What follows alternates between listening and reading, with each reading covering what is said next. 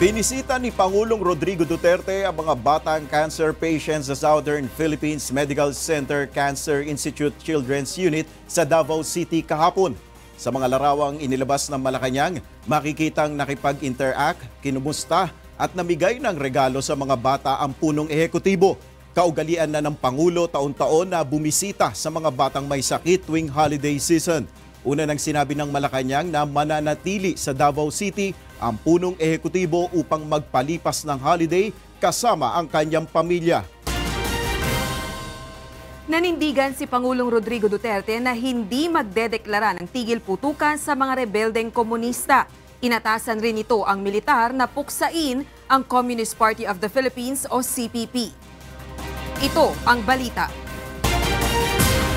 Upang tuluyan ng makamit ang law and order sa bansa, nanindigan si Pangulong Rodrigo Duterte na hindi magdedeklara ng ceasefire sa mga rebeldeng komunista. Inatasan din ito ang hukbong sandatahang lakas ng Pilipinas na puksain ang Communist Party of the Philippines. Ginawa ng Pangulo ang pahayag ng dumalaw at mamigay ng mga regalo sa mga sundalo maging sa pamilya ng mga tauhan ng 10th Infantry Division ng Philippine Army sa Compostela Valley noong Sabado. Law and order means we have to destroy, not really fight, but destroy the Communist Party of the Philippines, including its legal fronts and infrastructure. We do not subscribe to the ceasefire. We are ready for anything, and I said, change your paradigm. Do not fight them. Destroy them. Destroy them, kill them, basta destroy them. Kamakailan lang, formal na naglabas ng kautusan ng Pangulo na bubuo sa isang national task force na inaatasang sugpuin ang armadong pakikibaka ng mga rebeldeng komunista. Tiniyak naman ng punong ehekutibo sa mga tauhan ng militar na siya ang mananagot sa direktiba niyang ito. We have to destroy them. Destroy them. Wala namang maniwala ng human rights. I assume full responsibility. Turo, kakita ninyo ako lang ang dinidemanda ng mga well and good. Look, the presidency, alam ninyo yan, is a gift from God.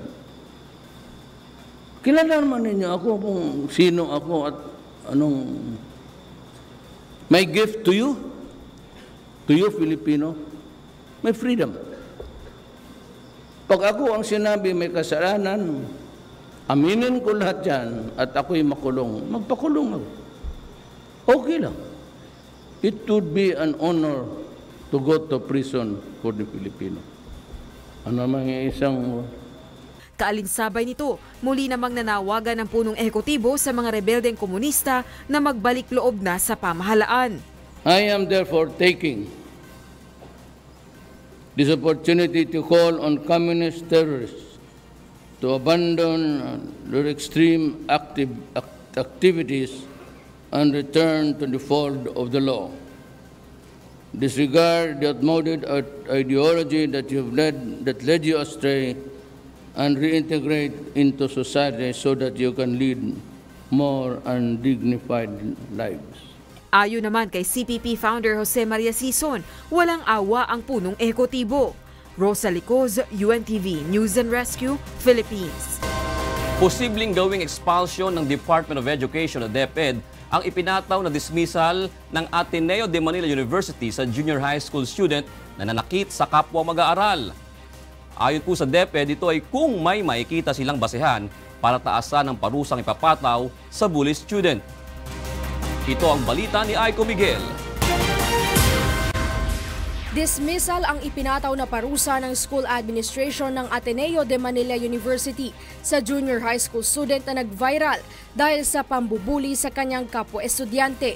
Ibig sabihin, paaalisin na ito sa paaralan at hindi na maaaring bumalik. Ngunit ayon kay Education Secretary Leonor Briones, posibleng iakyat pa sa expulsion ang parusa kung may makikitang mas mabigat na basehan para dito. Batay sa DepEd Order No. 88 Series of 2010 o ang Manual for Private Schools, Kapag expelled ang isang estudyante, maaaring hindi siya tanggapin o ma-qualify sa mga pribado at pampublikong paaralan. Ibinibigay anya ang ganitong parusa kapag ang isang estudyante na may gross misconduct at serious school offenses, gaya ng pag-atake sa kapwa-estudyante at pagbabanta upang hindi na ito makapasok sa paaralan. Sinabi pa ni Briones na matagal nang umiiral ang child protection policy sa mga paaralan, kung saan ipinagbabawal ang anumang uri ng pananakit sa isang bata o sa kapwa-bata. We have a policy, very clear policy on child protection. And we go by the United Nations Declaration on the Rights of the Child. It's not just physical, but mental as well as even electronic, cyber abuse of learners. Batay sa DepEd Order No. 40 o Child Protection Policy, inuobliga nito ang mga paaralan na magtatag ng isang komite upang kalingain at gabayin ang mga kabataang biktima ng anumang uri ng pang-aabuso. Binubuo ang komite ng mga guro, guidance counselor, student council at maging ng kinatawan mula sa nakakasakop na barangay sa isang paaralan. Ayon sa inilabas na pahayag ni ADMU President Jose Ramon Villarin, pinagharap ang magkabilang panig ng mga sangkot sa bullying incident at ipinaalam kapwa sa mga ito ang desisyon sa kaso. Sinabi rin ni Villarin na bumuo na sila ng isang task force upang masuri at mapag-aralan ang sitwasyon sa pamantasan at matiyak na naipapatupad ang bully-free environment. Samantala, ayon sa Malacanang, dapat ay maging aral ang bullying incident na ito sa lahat ng mga paaralan at pamantasan na maging mahigpit sa pagpapatupad ng mga pulisiya kontra bullying. Pinapayuhan din ito ang lahat ng mga magulang na gabayan at bigyan ng sapat na atensyon ang mga anak upang mahubog ng mabuti ang kanilang pagkatao. Aiko Miguel, UNTV News and Rescue, Quezon City. Pinatawa ng indefinite ban ng Philippine Taekwondo Association o PTA ang Taekwondo G na nag-viral kamakailan dahil sa pambubuli sa kapwa mag-aaral sa Ateneo de Manila University. Batay sa pahayag ng PTA, sakop ng indefinite ban ang lahat ng Taekwondo activities. Maaari pa naman anyang ma-reinstate ito sa kondisyon na sasailalim ang bata sa rehabilitation at counseling program. Gayunman, maaari rin itong tuluyang ma-expel kung hindi dadaan sa proseso. Sa gitna ng kontrobersiya, patuloy namang umaapela ang PTA sa publiko na mag-ingat sa pagbibigay ng komentaryo sa issue, lalo na at menor de edad ang sangkot dito. Gagamitin ng Department of Social Welfare and Development o DSWD ang kanilang mga programa para maiwasan ang mga insidente ng bullying. Hinihikayat naman ng isang mababatas ang DSWD na gamitin ang kanilang oversight power sa mga insidente ng bullying lalo na kung may nangyaring pananakit. Ito ang balita ni Grace Casin. Gagamitin ng Department of Social Welfare and Development o DSWD ang kanilang mga programa upang paalalahanan ng mga magulang na turuan ng mabuting asal, tamang pagtrato at paggalang sa kapwa ang kanilang mga anak upang hindi mambuli ng ibang bata.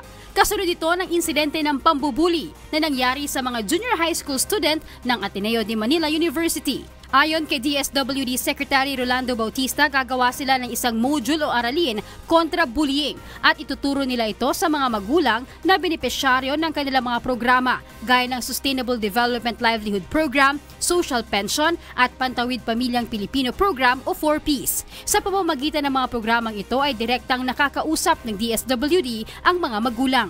Yung discipline kasi ng bata nag-i-start sa pamilya Kaya dapat ang i-enhance natin or maybe ang pagtunan ng pansin din ng DSWD para natin ma-strengthen ang family ties at mapag-usapan itong ill effects ng bullying.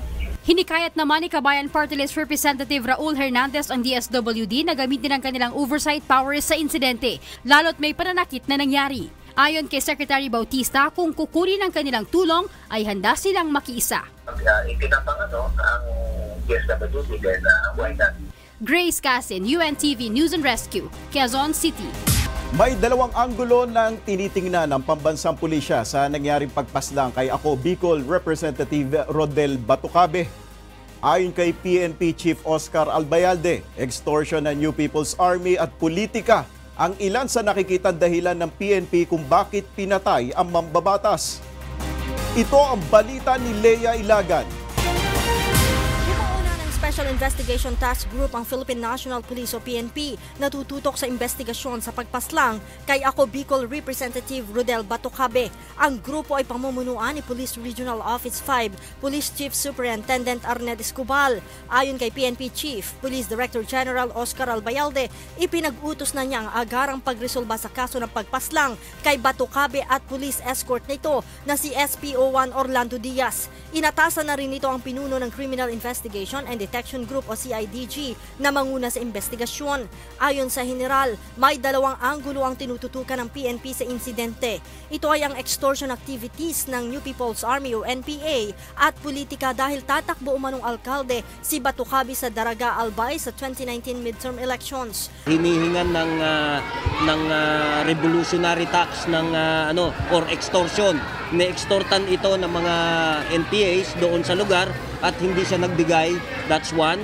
And also, hindi natin tinitake for granted yung political motive nito. Inaalam pa rin aniya ng PNP kung may kinalaman din sa pagpatay kay Batucabe ang dalawang bangkay na natagpuan sa Daraga ilang oras matapos mapaslang ang mambabatas. That is also being investigated now kung talagang ito ay linked doon. No? Baka ito, hindi natin alam, we cannot say, baka sinasabi nila, there are speculations. No? Hindi tayo naman pwede mag-speculate na baka sila yung assailant, no? Tapos itinumba na rin sila. No? These are all speculations and these are all part of the investigation. Kinumpirma din ni General Albayalde na inali sa pwesto ang Chief of Police ng Daraga, Provincial Director ng Albay at ang Regional Director ng Police Security and Protection Group o PSPG dahil sa insidente. Leia Ilagan, UNTV, News and Rescue, Campo Crame. Umakyat na sa 30 milyong piso ang nakalaang pabuya para sa sino mang makapagbibigay ng impormasyon sa ikadarakip ng mga pumatay kay Ako Bicol Party List Representative Rodel Batucabe. Ayon kay Albay Governor Al Francis Bichara, ang naturang halaga ay mula sa mga kasamahan ni Batucabe sa Kamara at sa lokal na pamahalaan. Si Batucabe ay binaril sa Daraga noong Sabado ng hapon habang nagsasagawa ng gift giving. Naniniwala ang pamilya ni Ako Bicol Party List Representative Rodel Batucabe na away politika ang dahilan sa pagpatay sa kongresista. Samantala, hiniling naman ng pamilya Batucabe sa pamahalaan na isailalim na sa Witness Protection Program ang sino mang makapagtuturo o may impormasyon sa mga responsable sa pagpatay kay Congressman Batucabe. Mula sa Daraga, Albay, ito ang balita ni Joan Nano live. Joan Nano? Yes, magandang hapon sa iyo, Rosalie, at sa lahat ng ating mga kasambahay. Punong-puno nga ngayon ng pagdadalmahati ang naiwang pamilya ng pinaslang na si Ako Bicol Party List Representative Rodel Batucabe. Sa ngayon ay nakalagak ang mga labi ni Congressman Batucabe dito sa Dr. Ricardo Arcilla Hall sa Daraga, Albay at patuloy ang pagbuhos ng pakikiramay ng mga kamag-anak, kaibigan at mga taga-suporta ng yumaong kongresista. Bagaman dalawang anggulo ang tinitignan ngayon ng mga otoridad sa pagpatay kay Ako Bicol Representative Rodel Batucabe, naniniwala ang asawa nito na si Gertie Batucabe na away politika ang motibo ng pagpaslang sa kanyang asawa. Aniya, wala siyang alam na sino mang kaaway o kagalit ng kanyang asawa, kaya't matibay ang kanyang paniniwala na politika ang nasa likod ng pagpaslang kay Congressman Batucabe. Narito ang kanyang naging pahayag. This is local politics. Definitely. I can say my husband, nationally, wala siyang kaaway. Even personally, wala siyang kaaway. He was friends of everybody. We don't have to look so far with the mastermind. Samantala, ipinauubaya naman sa mga otoridad ng anak ni Kong Batucabe na si Attorney Justin Batucabe ang magiging resulta ng isinasagawang investigasyon. Bagaman ayaw niyang tukuyin, sinabi rin ito na malabong ang New People's Army ang responsable sa pagpatay sa kanyang ama. Narito naman ang kanyang naging pahayag. Wala ho silang statement na sila ang pumatay. So dahil hindi pa ho nila inaako, sa tingin ko hindi po sila. Labis ang pagdadalamhati ngayon ng pamilya Batucabe at sinabing malaking kawalan para sa kanila ang pagkamatay ng haligi ng kanilang pamilya. Bukod nga sa kanila, nagdadalamhati rin ngayon ang mga kaibigan, kasamahan sa trabaho at mga taga-suporta ni Kong Batucabe. Nauna nang bumisita dito sa burol si House Speaker Gloria Macapagal Arroyo at iba pang mga kasamahan sa Kongreso. Pinaka-namimiss umano ni Ma'am Gertie ang pagiging mapagmahal, mapag-aruga at best travel buddy ng kanyang asawa na pinatay sa mismong araw ng kanilang wedding anniversary. Muli namang nanawagan ng pamilya Batucabe sa sinumang makapagtuturo sa mga responsable sa pagpaslang sa kongresista. Hihilingin din nila sa Department of Justice na isailalim sa Witness Protection Program ang sinumang may impormasyon sa pumatay sa mambabatas. Tulungan niyo po kami at ang otoridad. Ituro po ang mga salarin at ang mastermind. Handa po kaming magbigay ng pabuya mula sa 30 million intelligence and bounty fund at ilagay po rin sila sa Witness Protection Program para mapadali po ang hustisya. Sa isang text message, kinumpirma naman ni Justice Secretary Menardo Guevara na maaaring isailalim sa WPC ang sinumang saksi sa naturang kaso basta't sang-ayon ito sa itinatakda ng batas. Rosalie, ayon nga sa may bahay ni Congressman Batucabe, inaasahan nila na dadagsa yung mga bibisita dito sa burol pagkatapos nga ng selebrasyon ng holiday season. Samantala, itinakda naman ang paglilibing dito nga sa mga labi ni Congressman Batucabe sa darating na December 31 pero hindi pa masabi ng kanyang pamilya kung kailan at anong oras ito ililibing sa Lunes. Yan muna ang latest mula pa rin dito sa Albay. Balik sa iyo, Rosalie. Maraming salamat, Joan Nauno, na nag-uulat ng live sa Daraga, Albay. Sinusuri na ng Police Regional Office 5 ang kopya ng CCTV footage na nakuha sa paligid ng lugar kung saan pinatay si Ako Bicol Party List Representative Rodel Batucabe. 6 na individual na rin umano ang nakuna ng pahayag ng mga pulis hinggil sa nangyaring krimen. Ito ang balita ni Mai Bermudez. Hawak na ng mga otoridad ang CCTV footage na susi sa maaaring pagkakakilanlan sa mga individual na responsable sa pagpatay kay Ako Bicol Party List Representative Rodel Batucabe. Nakuha ito sa paligid ng isang inn malapit sa pinangyarihan ng krimen. Merong CCTV footage doon sa malapit na parang inn yata yun na maaring pinag-istambayan o tinuluyan ng mga pwedeng gumawa nito ng mga suspects. Pero ayon sa Police Regional Office 5, susuriin pa nila ang video. Kasi subject for ng cybercrime group. Lumalabas sa inisyal na investigasyon na tila pinagplanuhan ang pagpatay kay Batucabe. Kung titingnan mo, talagang pinagplanuhan because tingnan mo yung pag-get away nila, sumabay lang sila sa karamihan ng mga tao na paalis sa lugar. So, hindi nga ma-determine na kung gumamit ng sasakyan o motorsiklo. Walang gano'n na lumalabas. 6 na individual na ang nakausap ng mga pulis hinggil sa nangyaring krimen. Samantala, wala namang nakikitang koneksyon ng mga pulis sa nangyaring panloloob sa bahay ni Congressman Alfredo Garbin sa pagpatay kay Batucabe. Nakuha sa bahay ni Garbin ang ilang alahas at perang nagkakahalaga ng ₱250,000.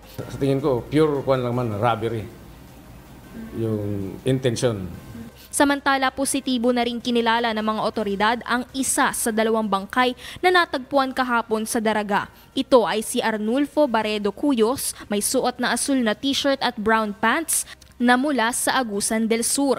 May sakit umano ito sa pag-iisip at dinala sa munisipyo ng Daraga upang humingi ng tulong para makauwi sa kanyang probinsya. Patuloy pa rin kinikilala ng mga otoridad kung sino ang isa pang katawan na kasama ni Cuyos. Sa ngayon, ayon sa PNP, ang pagkamatay ng mga ito ay walang kaugnayan sa pagpaslang kay Batucabe. Mai Bermudez, UNTV News and Rescue, Daraga, Albay. Umabot na sa halos 300 tao ang nasawi habang mahigit 1,000 ang sugatan sa nangyaring tsunami sa Indonesia. Patuloy namang nakaalerto ang mga otoridad sa naturang bansa dahil sa pangambang muling tatama ang isa pang tsunami. Ito ang balita ni Salvi Alvarez.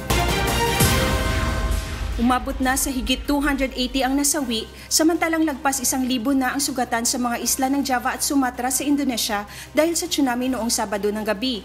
Pinaniniwala ang bunga ito ng underwater landslide matapos ang pagputok ng bulkang Anak Krakatau noong Sabado. Nananatiling nakaalerto ang mga otoridad sa posibilidad na magkaroon muli ng tsunami. Ito ay matapos ang muling pagputok ng bulkan Linggo ng hapon. Ayon sa mga otoridad, pinangangambang tumaas pa ang bilang ng mga nasawi at sugatan dahil marami pa ang posibleng nadaganan ng mga gumuhong estruktura, kaya naman nagmamadali ang mga otoridad sa pagsasagawa ng search and rescue operations. I want to express my deep sorrow for the victims in Serang, Pandeglang and Banten province. May those who are left be patient. Lubhang nawasak ang mga 550 na bahay, 9 na hotel at nasa 360 mga barko sa Pandeglang District, ang pinakaapektadong lugar sa bansa. Gayon din ang Serang Banten Province, sa Lampung Selatan District sa Lampung Province ayon sa National Disaster Management Agency. Libu-libong mga residente ang napilitang lumikas sa mas mataas na lugar. Takot. I am afraid. Sometimes I ask my son-in-law to check our house. I don't know what to say. I'm really afraid. I have not gone home in the last 2 days. 2 hari nggak pernah pulang. Nagbabala naman ang mga otoridad sa mga residente at turista sa coastal areas sa paligid ng Sunda Strait na lumayo muna sa mga beach lalo na at nananatili ang high tide warning sa lugar hanggang December 25. Samantala, sinabi naman ng Department of Foreign Affairs na walang Pilipinong nasawi o nasugatan dahil sa insidente. Ngunit ayon sa kagawaran, patuloy nilang minomonitor ang kalagayan ng ating mga kababayan sa lugar. Sa tala ng embahada sa Pilipinas sa Jakarta, mayroong 220 miyembro ng Filipino community sa affected areas. Salvi Alvarez, UNTV News and Rescue, Indonesia. 7 firecracker-related injuries ang naitala ng Department of Health simula noong December 21. Ang mga ito ay naitala sa National Capital Region at isa sa ARMM. Lahat ng mga ito ay mga lalaking nasa 2 hanggang 13 taong gulang. Isa sa mga ito ay kinailangan pang putulin ang bahagi ng katawan na nasabugan ng paputok. Samantala naka-code white alert na ang lahat ng DOH retained hospitals sa bansa para magbigay ng medical assistance sa lahat ng emergency cases ngayong holiday season. Handa na rin ang lahat ng gamit para sa anumang uri ng firecracker-related injuries. Hindi lamang mga nagpapaputok ang nalalagay sa peligro tuwing sumasapit ang holiday season dahil posible ring pagmulan ng sunog ang mga paputok at pwede itong magdulot ng trauma sa mga alagang hayop. Ano nga ba ang mga paraan para maging ligtas sa paputok ang inyong tahanan at mga alagang hayop? Ito ang balita ni Aiko Miguel. Mahigpit ang paalala ng Department of Health sa publiko na huwag nang bumili pa ng mga ipinagbabawal na paputok dahil sa panganib nito sa mga nagpapaputok. Kabilang na dyan ang Piccolo, Goodbye Philippines, Super Lolo at Atomic Triangle. May paalala rin ng DOH na huwag mamulot ng mga paputok na makikita sa daan dahil posible pa itong sumabog. Pero bukod sa fireworks-related injuries, madalas din ang mga sunog kapag holiday season. Kaya't bago umalis ang tahanan at magbakasyon, tiyaking nakapatay ang power supply ng inyong tahanan. Tanggalin sa saksakan ang mga appliances at patayin ang mga ilaw bago umalis ng bahay. I-double check din palagi ang mga tangke ng LPG. Tiyakin kung nakalapat ang safety cap at seal at kung intact ang hose nito. Tandaan ito upang maiwasan ang mga posibleng pagmulan ng sunog at maisalba ang bahay at mga ari-arian. Paalala naman ng Philippine Animal Welfare Society o PAWS sa mga pet lover. Tiyaking safe ang mga alagang hayop lalo na sa pagsalubong sa pagpapalit ng taon. Sensitibo ang mga alagang hayop sa tunog lalo na sa malakas na paputok, kaya't extra love and care ang kanilang kailangan. Kadalasan dito yung nagkakaroon ng panic, yung aso or yung pusa or kahit anong alaga natin na maaari silang mawala. Or kung nakatali naman sila is pwede silang masakal or ma-strangulate dahil dun sa pagkakatali nila. So we advise na kung pwede, ipasok nyo sa bahay ninyo. And then kung may room kayo or extra na banyo, pwedeng nyo silang dun ilagay. And kung pwedeng mag-play ng soothing music para ma-drown out yung noise na ginagawa ng mga firecrackers natin. Lagi rin dapat tandaan ang emergency hotlines ng Bureau of Fire Protection at Department of Health. Aiko Miguel, UNTV News and Rescue, Quezon City. Hindi naniniwala ang isang rice retailer group na bababa ang presyo ng bigas kapag naisabatas na ang rice tarification bill. Ayon sa grupo, ito ay dahil sa posibilidad na tataas ang presyo ng produktong petrolyo sa susunod na taon dulot ng train law. Ito ang balita ni Nel Maribuhok. Iginiit ni Senate Committee on Agriculture and Food Chairperson Senator Cynthia Villar na dapat pa ring maglaan ng murang bigas sa publiko ang National Food Authority o NFA kapag naisabatas na ang rice tarification bill. Ayon sa Senador, una nang sinabi ni Pangulong Rodrigo Duterte na dapat tuloy pa rin ang NFA sa pagsusuplay ng murang bigas, lalo na sa mga mahihirap na pamilya kahit na magiging maluwag na ang pag-angkat ng bigas sa ilalim ng rice tarification. Ito ay sa pamamagitan ng pagbili ng palay sa mga local farmers. Ito ang naging tugon ni Villar sa pahayag ni Agriculture Secretary Manny Piñol na hindi na umano makapagbebenta ng murang bigas ang NFA dahil hindi na sila papayagang magangkat ng bigas. Duda naman ang Rice Retailers Group na alyansa ng industriyang bigas na bababa ang presyo ng bigas sa merkado kahit na maisabatas ang rice tarification. May tariff kami na binabayaran na 35% of the amount kung magkano bili namin sa abroad like Vietnam, Thailand. Pero pag mapirma yung tarification bill, ibig sabihin may tariff pa rin 35%. Pero kahit sino pwede magparating open na Ano mangyayari? Walang magre-regulate. There should be somebody who would regulate. Base sa pagtataya ng mga mambabatas na nagsulong ng rice tarification bill, 4 hanggang 7 piso kada kilo ang maaaring mabawas sa kasalukuyang halaga ng commercial rice. Ngunit hindi naniniwala ang Rice Retailers Group dito dahil inaasahang tataas ang presyo ng produktong petrolyo sa susunod na taon dahil sa train law. Partikular na ang dagdag na 2 piso kada litro sa excise tax sa diesel at gasoline simula Enero 1. Pag-transport po ng bigas from island to island, we need fuel. So, apektado rin kami. So, yung mangyayari yan, add-on cost namin yan. Iba naman ang paniniwala ng chairman ng Senate Committee on Economic Affairs na si Senator Sherwin Gatchalian. Anya, mas dadami pa nga ang murang bigas dahil papayagan na ang pribadong sektor na makapag-angkat ng bigas sa ilalim ng rice tarification. Nel Maribuhok, UNTV News and Rescue, Pasay City. Muling nagpatupad ng bawas presyo sa produktong petrolyo ang mga kumpanya ng langis. Ayon sa Department of Energy o DOE, nananatiling mababa pa rin ang presyo ng langis sa world market punsod ng mataas na supply nito. Ito ang balita ni Mon Hocson. Piso kada litro na bawas presyo sa produktong petrolyo ang ipinatupad na ng mga oil company noong Sabado. Ayon sa mga industry player, piso kada litro na rollback sa gasoline, diesel at kerosene ang mararamdaman ng mga consumer. Ilan sa mga oil company na nagpatupad na ng bawas presyo noong Sabado ay ang Uni Oil, Sea Oil, Phoenix at PTT Philippines. Habang kahapon naman araw ng Linggo ay nagpatupad na ng rollback ang Jetty at sa Martes naman tatapyasan ng Shell at Petrogas ang presyo ng kanilang petroleum products. Pero sa kabila ng ilang ulit na rollback sa presyo ng produktong petrolyo, batay sa datos ng Department of Energy o DOE, sa kabuuan, mas maraming beses pa rin na nagkaroon ng dagdag presyo sa buong taon. Ayon sa DOE, bagamat nagdesisyon ang mga oil exporting countries na magbawas ng kanilang produksyon, hindi pa nito lubusang naapektuhan ng merkado. Sobra-sobra pa rin ang produksyon ng Estados Unidos, Russia, Saudi Arabia at Iran. Ayon sa DOE, maaaring mas maramdaman ang epekto kapag sinimulan na ang 1.2 million barrels per day production cut simula sa January 2019 hanggang July 2019. Kaya lang nga, dahil doon sa ng OPEC na magkaroon ng production cut, apektado ang supply. So kapag may supply disruption, apektado ang presyo. Nagdesisyon ang OPEC na magbawas ng produksyon dahil bumagsak ang presyo ng petrolyo sa world market bunsod ng mataas na supply ng langis. Mon Hocson, UNTV News and Rescue, Quezon City. Bumuo na ng Technical Working Group ang Department of Transportation o DOTR upang pag-aralan at busisiin ang operasyon ng mga motorcycle taxi bilang public transportation. Ito ang balita ni Joan Nano.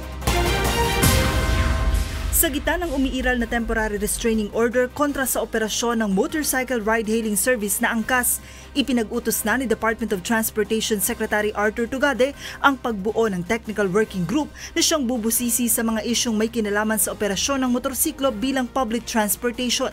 Kasama sa binuong Technical Working Group ang DOTR, Land Transportation Franchising and Regulatory Board, Land Transportation Office, Metropolitan Manila Development Authority at PNP Highway Patrol Group. Bukod dito, magiging bahagi rin ng TWG ang ilang kinatawan mula sa Senado, Kongreso, Commuters and Road Safety Advocate, gayon din ng motorcycle manufacturers, motorcycle organizations at ilang law schools. Ayon kay Secretary Tugade, magsasagawa ng deliberasyon ng TWG kaugnay sa usapin ng pagkonsidera sa paggamit ng motorsiklo bilang public transportation.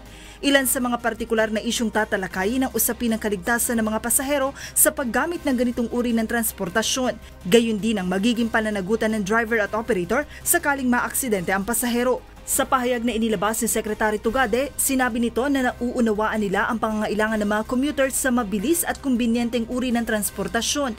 Ngunit nilinaw nito na hindi nila maaaring baliwalain ang umiiral na batas pero bukas umano ang ahensya na pag-aralan ng sistemang ito. Una nang iginiit ng DOTR at LTFRB ang mahigpit na pagbabawal ng paggamit ng motorsiklo bilang pampublikong sasakyan alinsunod sa Republic Act 4136. Sa ngayon ay nakapagsumiti na ng kanilang comment ang angkas sa Korte Suprema at hihintayin na lamang ang pinal na desisyon hinggil sa kanilang operasyon. Joanna Ano, UNTV News and Rescue, Quezon City. Inaasahan tataas ang presyo ng mga prutas sa mga susunod na araw. Mabul naman sa pamimili sa Divisoria ang ilang naghahanap ng mga murang panregalo. Ito ang balita ni JL Asayo. Nakaugalian na ng mga Pilipino ang bumili ng mga bagong gamit at mamigay ng regalo tuwing holiday season. At kahit last minute na rin, hindi alintana ng mga mamimili ang ulan at putik na susuungin dito sa Divisoria. Si Aling Jonalyn, kinulang pa ang pangregalo para sa mga inaanak kaya damit pangbata na rin ang napili nito. Eto, kaya nga dito kami sa Divisoria kasi walang budget talaga. Ang mga damit na pambata ay mula 150 hanggang 300 pesos. Ang mga t-shirts mula 100 hanggang 200 pesos. At ang mga blouse naman nasa 130 hanggang 350 pesos. May mga usong jumper at jumpsuit mula 250 hanggang 300 pesos na rin. Nandyan din ang iba't ibang laruan na mula 35 pesos ang pinakamura at 2,000 pesos naman ang pinakamahal. Ang iba bath towel ang pangregalo na 85 hanggang 100 pesos. Pero para kay Rolly, isa sa mga vendors, pahina ng pahina ang kita nila taon-taon. Hindi na rin sila nagtaas ng presyo at ang iba ay ibinaba pa nga nila, maibenta lang. Dapat nitong holiday season, nakaka 20,000 kahit paano eh. Ngayon mahirap na. Mga 15 na lang, 10. Lalo na pagka ganyang muulan, nasa 5, 6 na lang. Dahil hanggang alas 4 lang ang mga mall sa Divisoria ngayong araw hanggang bukas, umaasa na mas makakabawi pa sila sa kita. Samantala, masasabing matumal pa ang bentahan ng mga prutas sa ngayon. Ang red grapes ay nasa 200 to 220 per kilo, black grapes 280 per kilo. Ang green grapes naman ay 320 pesos per kilo. Ang Fuji apple 100 pesos kada 4 na piraso, pongkan 100 pesos kada 7 piraso at 100 pesos naman ang kada 3 piraso ng seedless orange. Ang pinya 60 pesos kada piraso, sa mangga 150 pesos per kilo. Ang sikat na kiat-kiat 50 pesos ang isang pack. Melon 25 to 50 pesos kada piraso. Ang suha 130 to 150 pesos per kilo. Ang kastanyas 350 pesos per kilo. Inaasahan naman na mas tataas pa ang presyo ng mga prutas sa darating na araw. Mataas po kasi yan kasi demandan po kasi panghanda para sa bagong taon. Kasi kinukumpleto na lang yung 13 fruits. Maliban sa mga naglalakihang mall, ang Divisoria ang isa rin sa mga puntahan ng mga mamimili. Pero ang kaibahan nga lang, kailangan mo magbaon ng pasensya at pag-iintindi para makipagsiksikan at makipagtawaran sa mga tindera. JL Asayo, UNTV News and Rescue, Manila.